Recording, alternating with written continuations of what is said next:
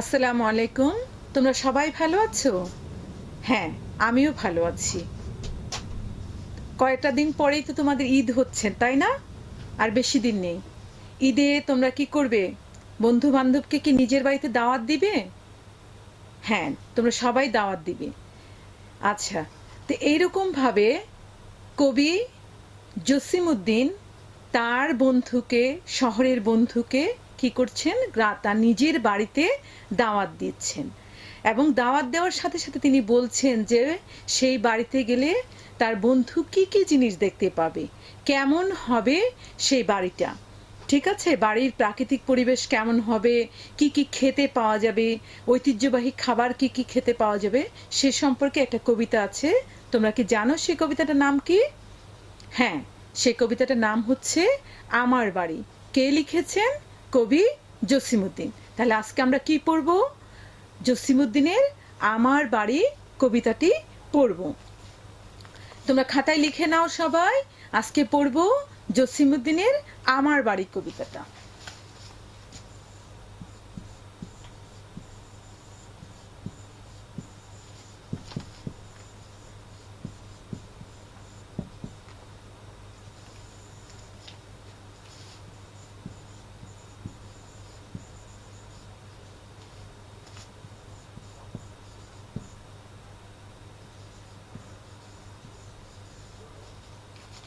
জসিমউদ্দিনের জন্ম কত সালে বলতে পারো? জসিমউদ্দিনের জন্ম হচ্ছে ১৯০৩ সালে। মৃত্যু কত সালে বলতে পারো? মৃত্যু ১৯৭৬ সালে। জন্ম ১৯০৩, মৃত্যু ১৯৭৬। কবি জসিমউদ্দিন ১৯০৩ সালে ফরিদপুর জেলার তাম্বুলখানা গ্রামে জন্মগ্রহণ করেন। তিনি মূলত পরিচিত কি হিসাবে? পল্লী কবি হিসেবে পরিচিত। তার বিখ্যাত গ্রন্থগুলি হচ্ছে নকশি কাঁথার মাঠ, সজন বাদিয়ার ঘাট, হাসু, বালুচর, ধানক্ষেত, এক পয়সার বাঁশি ইত্যাদি। ঠিক আছে? তাহলে জসিমউদ্দিনের যে নকশি কাঁথার মাঠ, সজন বাদিয়ার ঘাট, এই দুটিই হচ্ছে কাব্যগ্রন্থ। কিন্তু কেমন কাব্যগ্রন্থ? কাহিনী কাব্যগ্রন্থ, অর্থাৎ কোনো একটা কাহিনী অবলম্বনে যে কবিতার লেখা হয়, কবিতার বই লেখা হয়, তাকে বলা হয় কাহিনী কাব্যগ্রন্থ। কাহিনী কাব্যগ্রন্থ কি? নকশি কাঁথার মাঠ, সজন বাদিয়ার ঘাট, রাখালি, বালুচর, এগুলো হচ্ছে তার বিখ্যাত কাব্যগ্রন্থ। তাহলে জসিমউদ্দিনের কাহিনী কাব্যগ্রন্থ কোনটি? নকশি কাঁথার মাঠ, সজন বাদিয়ার ঘাট। আর কাব্যগ্রন্থ আছে, শুধুই কাব্যগ্রন্থ, সেগুলো হচ্ছে রাখালি, বালুচর, মাটির কান্না। কি কি কাব্যগ্রন্থ? কি কি? রাখালি, বালুচর, মাটির কান্না। আর নাটকের নাম হচ্ছে বেদের মেয়ে। তার শিশুতোষ গ্রন্থের মধ্যে আছে কি? হাসু, এক পয়সার বাঁশি, ডালিম কুমার। তোমরা শুনেছ জসিমউদ্দিনকে কি বলা হয়? পল্লী কবি বলা হয়। কেন পল্লী কবি বলা হয়? তার কারণ আছে। আগে তার কাব্যগ্রন্থের নামগুলো আমরা দেখি, তাহলেই বুঝতে পারবো। যেমন তার কাব্যগ্রন্থের নামগুলো হচ্ছে নকশি কাঁথার মাঠ,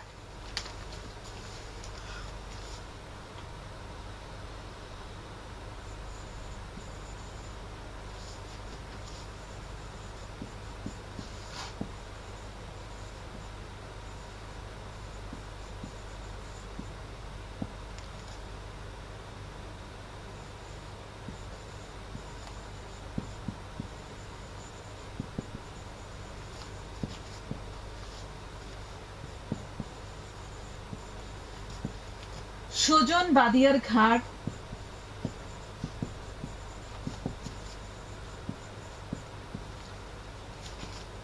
আর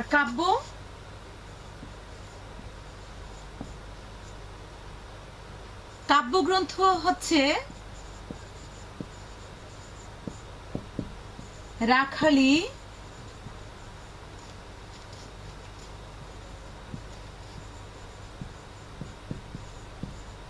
বালুচর,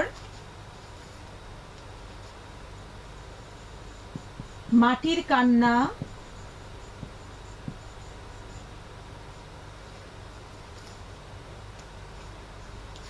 নাটক বেদের মেয়ে।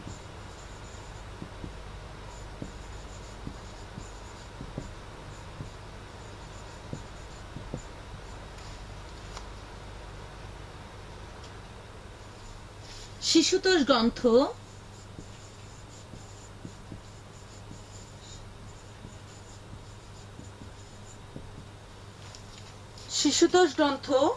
হাসু 1 পয়সার বাঁশি।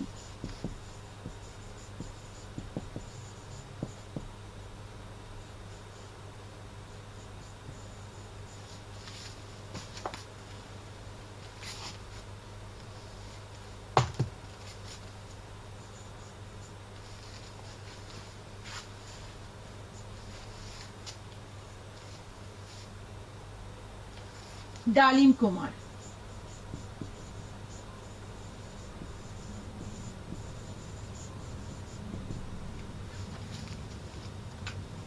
তাহলে জসিমউদ্দিনকে পল্লী কবি বলা হয় কারণ জসিমউদ্দিনের কাব্যগ্রন্থগুলির নাম যদি আমরা খেয়াল করি, দেখো, নকশি কাঁথার মাঠ, সজন বাদিয়ার ঘাট, রাখালি, বালুচর, মাটির কান্না, বেদের মেয়ে, হাসু, 1 পয়সার বাঁশি। এই যে শব্দগুলো তিনি তার কবিতায় ব্যবহার করেছেন, এই শব্দগুলো হচ্ছে সব গ্রাম থেকে নেওয়া। এই যে যখন আমি নকশি কাঁথার মাঠ বলবো, এই মাঠ, সজন বাদিয়ার ঘাট, রাখালি, বালুচর, মাটির কান্না, এগুলো আমাদের কার কথা মনে করিয়ে দেয়? নিঃসন্দেহে এগুলো আমাদের গ্রামের কথা মনে করিয়ে দেয়। এই শব্দগুলো গ্রাম থেকে তিনি নিয়েছেন। অর্থাৎ জসিমউদ্দিন তার কবিতায় যে বিষয়বস্তু সংগ্রহ করেছেন সেটাও গ্রাম থেকে নেয়া, এমনকি কবিতায় যে শব্দগুলো ব্যবহার করেছেন তাও গ্রাম থেকে নেয়া।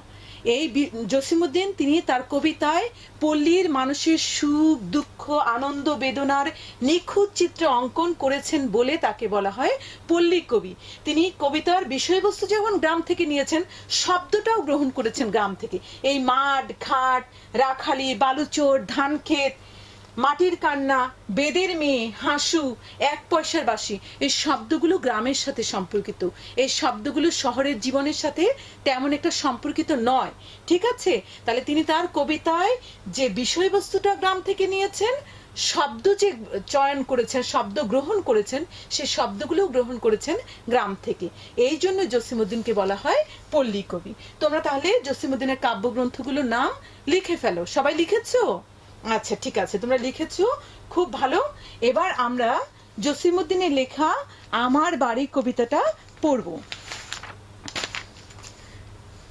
আমার বাড়ি লিখেছেন জসিমউদ্দিন।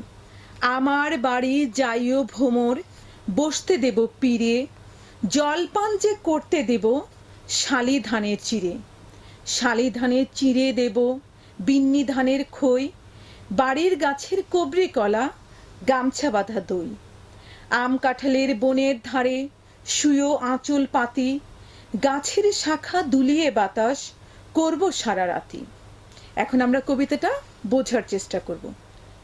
আমার বাড়ি যাইও ভ্রমর, বসতে দিব পীরে, জলপান যে করতে দেব শালি ধানের চিড়ে, শালি ধানের চিড়ে দেব বিন্নি ধানের খই, বাড়ির গাছের কবরি কলা, গামছা বাঁধা দই, আম কাঁঠালের বনের ধারে শুয়ো আঁচল পাতি, গাছের শাখা দুলিয়ে বাতাস করব সারা রাতি।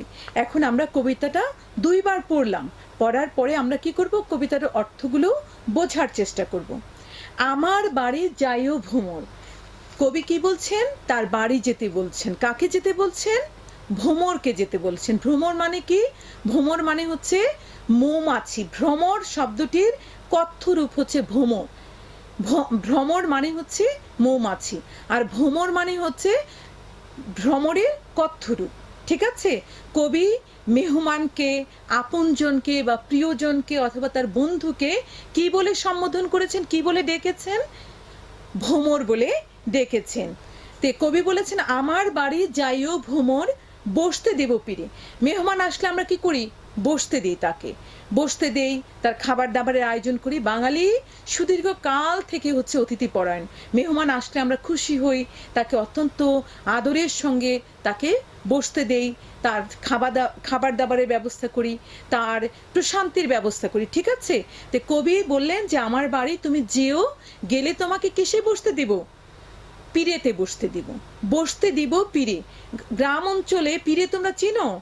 হ্যাঁ, অবশ্যই চেনো, কারণ গ্রাম অঞ্চলে পিড়ে কি হচ্ছে, কাঠ দিয়ে তৈরি। সেটা হচ্ছে মেহমান আসলে পিড়ে দেওয়া হয় বসার জন্য।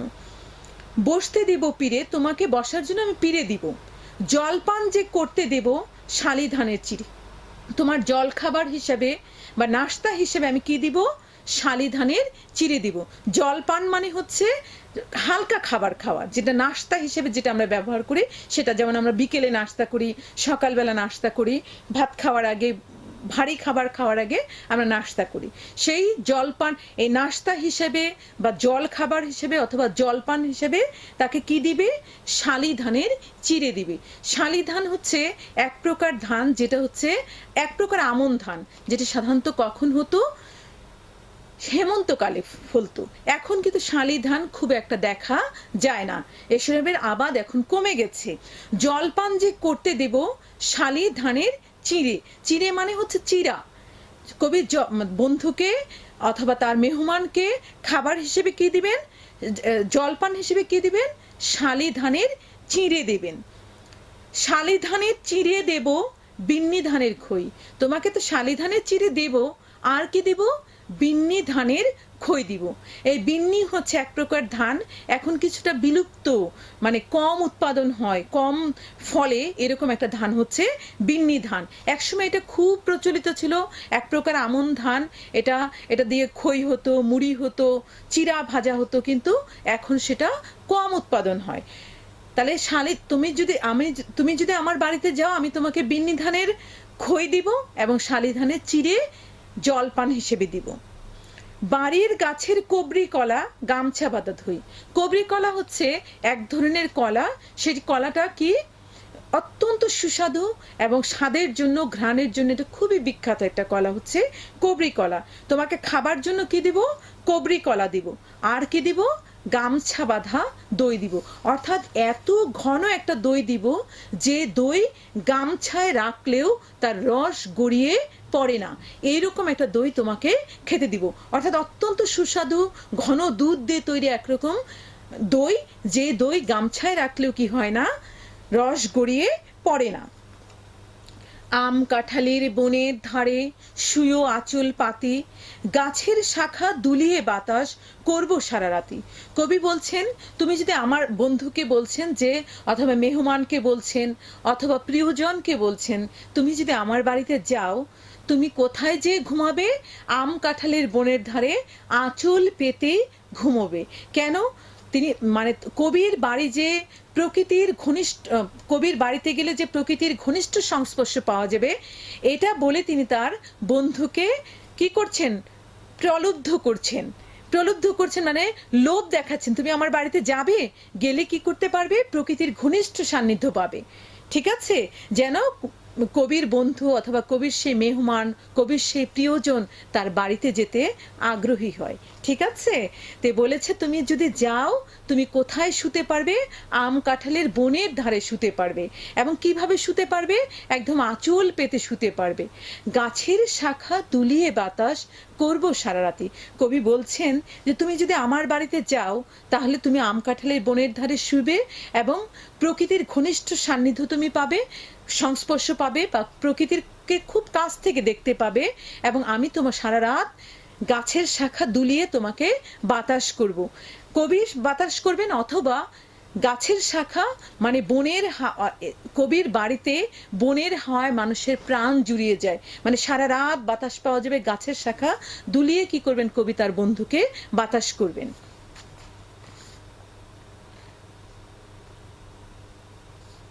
তাহলে বলেছে যে, তাহলে আমরা এই যে কবিতাটা পড়লাম, এবার দেখি তোমরা কতটুকু বুঝতে পেরেছো, একটু তোমাদের প্রশ্ন করব।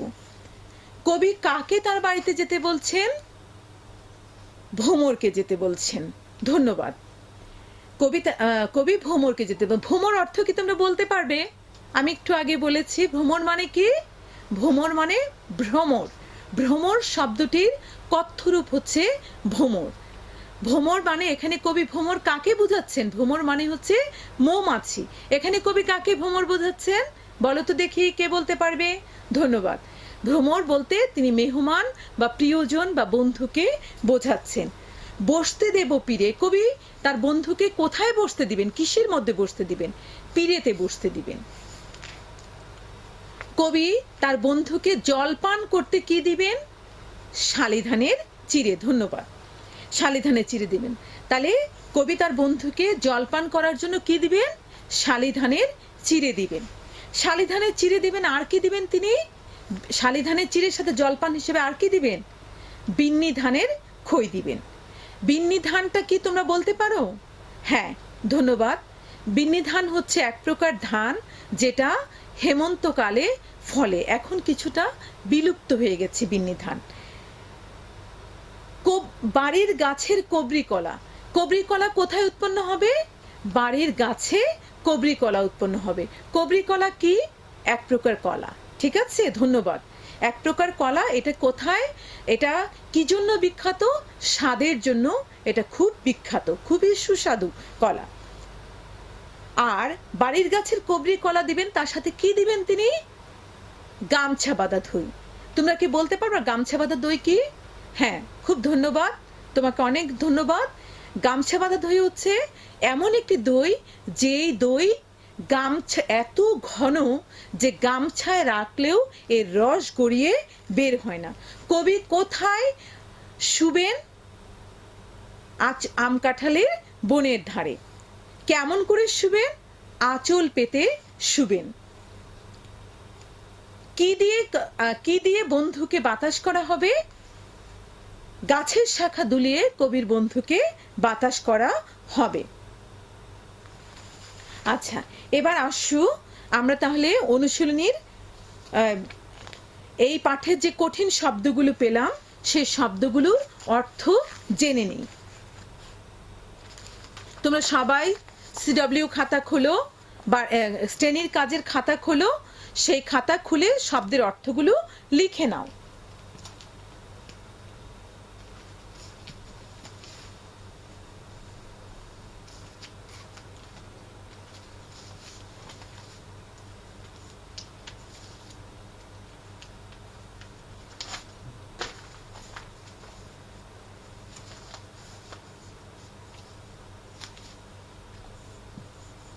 ভ্রমর। কবি বলেছেন আমার বাড়ি যাইও ভ্রমর। ভ্রমর মানে কি? ভ্রমর বা মৌমাছি। এই ভ্রমরটা হচ্ছে, ভ্রমর অর্থ হচ্ছে ভ্রমর অথবা মৌমাছি। এই ভ্রমরের কথ্য রূপ, আঞ্চলিক রূপ হচ্ছে ভ্রমর। আর ভ্রমর বলতে কবি এখানে কাকে বুঝিয়েছেন? তার বন্ধুকে বুঝিয়েছেন, অথবা প্রিয়জনকে বুঝিয়েছেন, অথবা যাকে তিনি বাড়িতে আপ্যায়ন করছেন বা দাওয়াত দিচ্ছেন, যাকে আপ্যায়ন করবেন, যাকে দাওয়াত দিচ্ছেন, তাকেই কবি ভ্রমর হিসেবে অভিহিত করেছেন। শালিধান। তোমরা আরেকটা শব্দ পেয়েছো, শালিধান।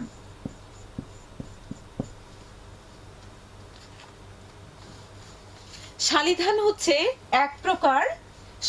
হচ্ছে এক প্রকার আমন ধান যা হেমন্তকালে উৎপন্ন হয়। এক প্রকার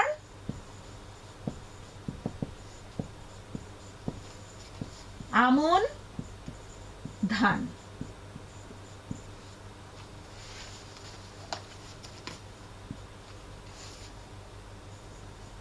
যা হেমন্তকালে উৎপন্ন হয়।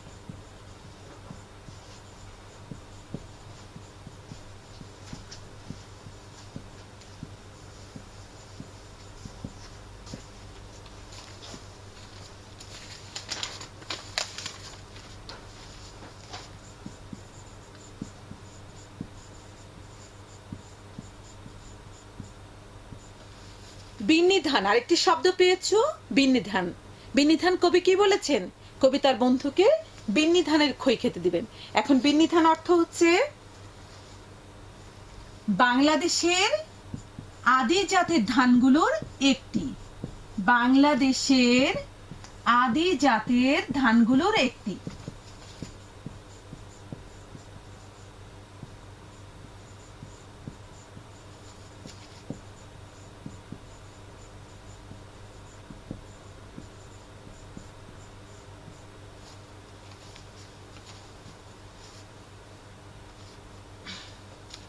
কবরি কলা।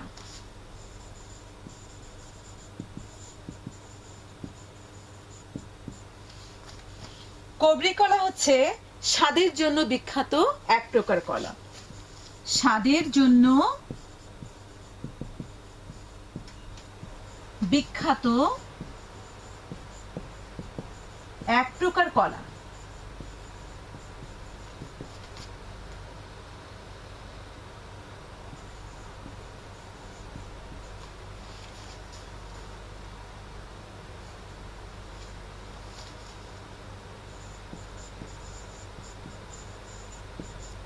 গামছা বাঁধা দই। গামছা বাঁধা দই হচ্ছে এক প্রকার দই, যে দই এত ঘন যে গামছায় বেঁধে রাখলেও তার রস গড়িয়ে পড়ে না।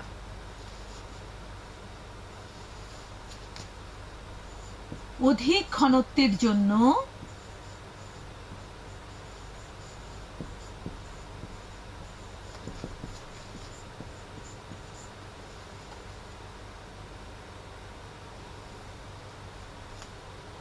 যে দই গামছায় রাখলেও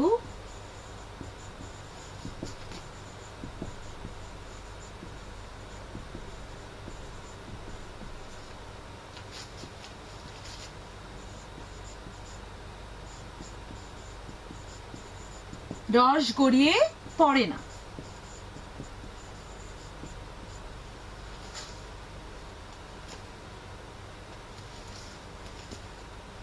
আরেকটা শব্দ বলেছেন, আম কাঁঠালের বনের ধারে শুয়ো আঁচল পাতি। এই শুয়ো আঁচল পাতি মানে হচ্ছে আঁচল পেতে শুয়ে থেকো।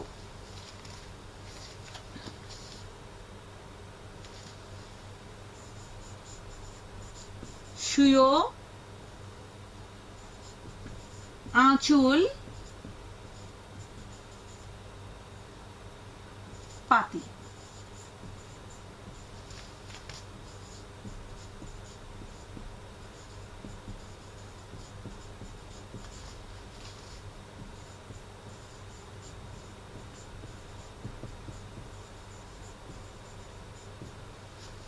তাহলে আমরা পেলাম শব্দগুলো। ভ্রমর হচ্ছে, ভ্রমর মানে ভ্রমর বা মৌমাছি। শালিধান মানে এক প্রকার আমন ধান যা হেমন্তকালে উৎপন্ন হয়। বিন্নি ধান হচ্ছে বাংলাদেশের আদি জাতের ধানগুলোর একটি। কবরি কলা স্বাদের জন্য বিখ্যাত এক প্রকার কলা। গামছা বাঁধা দই অধিক ঘনত্বের জন্য যে দই গামছায় রাখা হয়। অধিক ঘনত্বের জন্য যে দই গামছায় রাখলেও গড়িয়ে পড়ে না। শুয়ো আঁচল পাতি মানে আঁচল পেতে শুয়ে থেকো। এখন দেখো এখান থেকে কি আসতে পারে, অবজেক্টিভ আসতে পারে।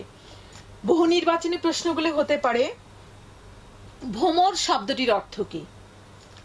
এক নাম্বার দিল যে বলতা, 2 নাম্বার দিল ভ্রমর, 3 নাম্বার দিল মৌমাছি।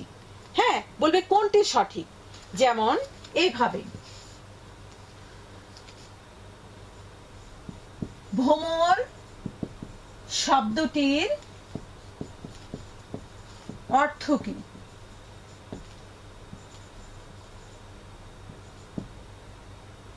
এক, বলতা,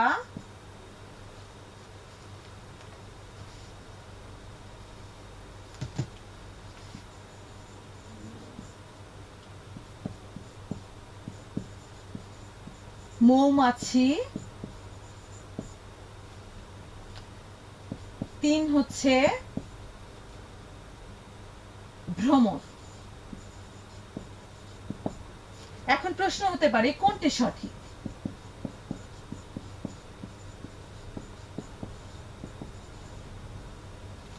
তখন তোমাকে উত্তর করতে হবে কি বলতা অন্য একটি প্রাণী। সঠিক কোনটা? মৌমাছি এবং ভ্রমর। তাহলে কি হবে? সঠিক কোনটি? 2 এবং 3। কোনটি সঠিক? ক 1 2, খ 2 3,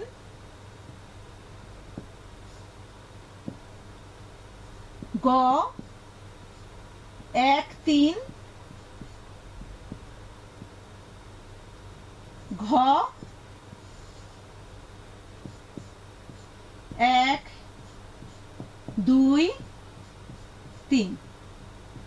তাহলে কোনটি সঠিক হবে? 1 2 ও 3। তাহলে খ হবে উত্তর, সঠিক উত্তর। ঠিক আছে? এভাবে অবজেক্টিভ গুলো আসতে পারে, তোমরা খুব ভালো করে পড়বে। শালিধান থেকে এমন একটা প্রশ্ন আসতে পারে, শালিধান হলো এক প্রকার আমন ধান। একে দিল এক প্রকার আমন ধান, 2 দিল যা হেমন্তকালে উৎপন্ন হয়, আর একটা 3 নাম্বার দিল আদি জাতের ধানগুলোর একটি। তাহলে কোনটি সঠিক হবে? হবে কি এক প্রকার আমন ধান এবং যা হেমন্তকালে উৎপন্ন হয়। এইভাবে অনুশীলনী শব্দগুলো খুব ভালো করে পড়বে। বুঝে পড়লে যতগুলো অর্থ আছে সবগুলো অর্থ জানবে, আর সবগুলো অর্থ জানলে তোমরা কি করতে পারবে? উত্তর সঠিকভাবে লিখতে পারবে। ঠিক আছে, সবাই বুঝতে পেরেছো? তাহলে এখন কি করেছো? তোমরা লিখো, শব্দগুলো লিখো, আর প্রত্যেকটা শব্দের অর্থ খেয়াল করবে। বিশেষ করে ভ্রমর, শালিধান এগুলো খুবই গুরুত্বপূর্ণ। এখান থেকে অসংখ্য অবজেক্টিভ পরীক্ষায় আসে। ঠিক আছে? তারপরে হচ্ছে যে গামছা বাঁধা দই, কবরি কলা, বিন্নি ধান, এগুলো থেকে কি আসে? অবজেক্টিভ আসে। এই জন্য তোমাদের শব্দের অর্থগুলো ভালো করে জানতে হবে। একটা শব্দের যতগুলো প্রতিশব্দ থাকবে সবগুলো জানতে হবে, তাহলে তোমরা ভালো করে লিখতে পারবে। সবাই খাতায় তুলে নিয়েছো শব্দের অর্থগুলো? হ্যাঁ, ঠিক আছে, ধন্যবাদ, তোমরা সবাই লিখেছো। তাহলে এখন বোর্ডটা মুছে দেই। ঠিক আছে?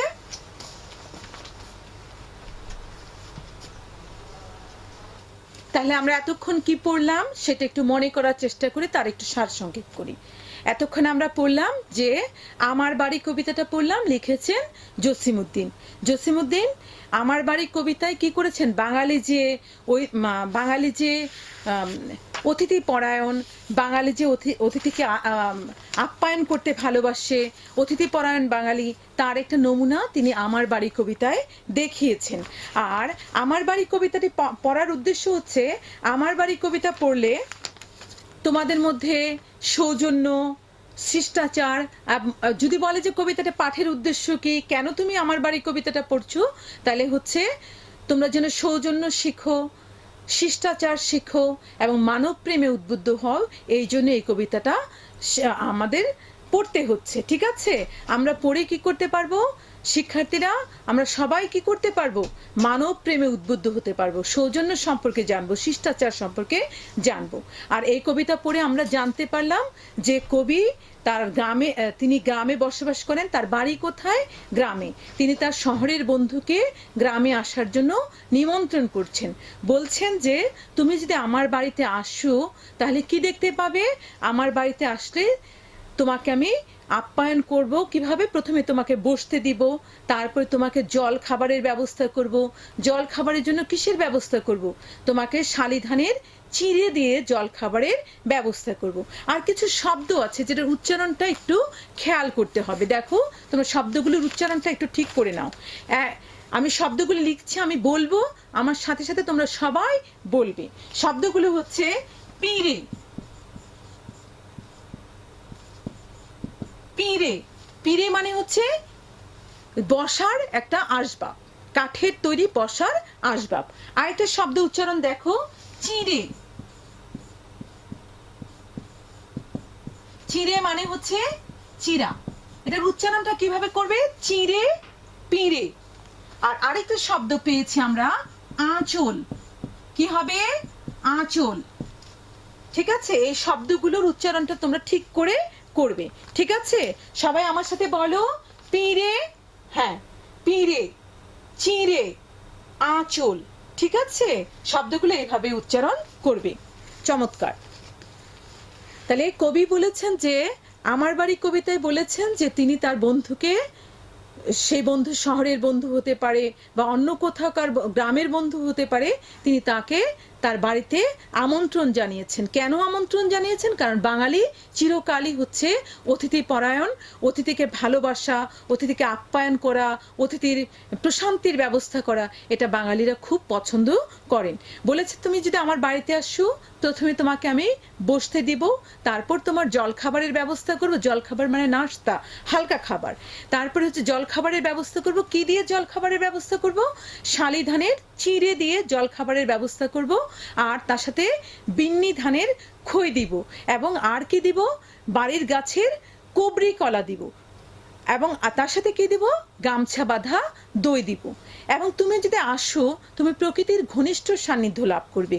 কেমন সান্নিধ্য লাভ করবে? তুমি আম কাঁঠালের বনের ধারে আঁচল পেতে নিশ্চিন্তে ঘুমাতে পারবে, গভীর প্রশান্তিতে ঘুমাতে পারবে, এবং গাছের শাখা দুলিয়ে সারা রাত ধরে তোমাকে বাতাস করব। ঠিক আছে? এইভাবে কবিতার বন্ধুকে তার বাড়িতে আসার জন্য আমন্ত্রণ করেছেন, এবং একই সাথে বাড়িতে এলে কি কি সুবিধা পাওয়া যাবে, কি কি আদর আপ্যায়নের ব্যবস্থা তিনি করবেন, সেটাও বলা হয়েছে। ঠিক আছে? এই হলো আজকের কবিতার বিষয়বস্তু। এবার আমরা কি করব? বাড়ির কাজটি নিয়ে নিব। আমাদের বাড়ির কাজ হলো, সবাই খাতায় লিখে নাও, বাড়ির কাজ হলো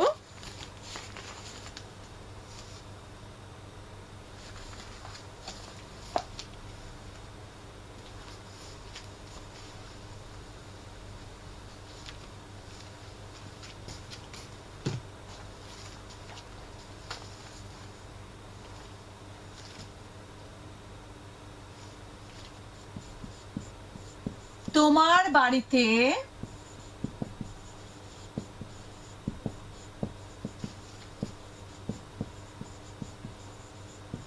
অতিথি এলে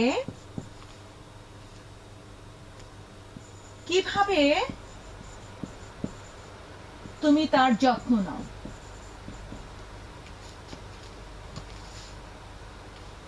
কিভাবে তুমি তার যত্ন নাও বর্ণনা করো।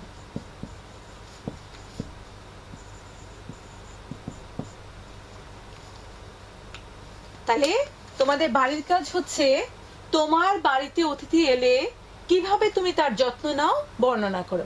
অর্থাৎ তাকে কিভাবে বসতে দাও, তার সাথে কিভাবে কুশল বিনিময় করো, তাকে কিভাবে খেতে দাও, তাকে কোথায় ঘুমোতে দাও, তার সাথে কিভাবে সময় কাটাও, এর সমস্ত কিছু তোমরা বলবে সর্বোচ্চ 10টি বাক্যে। ঠিক আছে? আচ্ছা, এটাই হলো তোমাদের বাড়ির কাজ। সবাই বাড়ির কাজটা লিখে নাও। লিখে নিয়ে সবাই বাড়ির কাজটা লিখে নাও। তোমরা সবাই লিখে নিয়েছো? সবার লেখা হয়েছে? ঠিক আছে, তাহলে কি আমি মুছতে পারি? বোর্ডটা মুছতে পারি? হ্যাঁ, ঠিক আছে, তোমরা সবাই লিখে নিয়েছো, তাহলে আমি বোর্ডটা মুছে দিচ্ছি।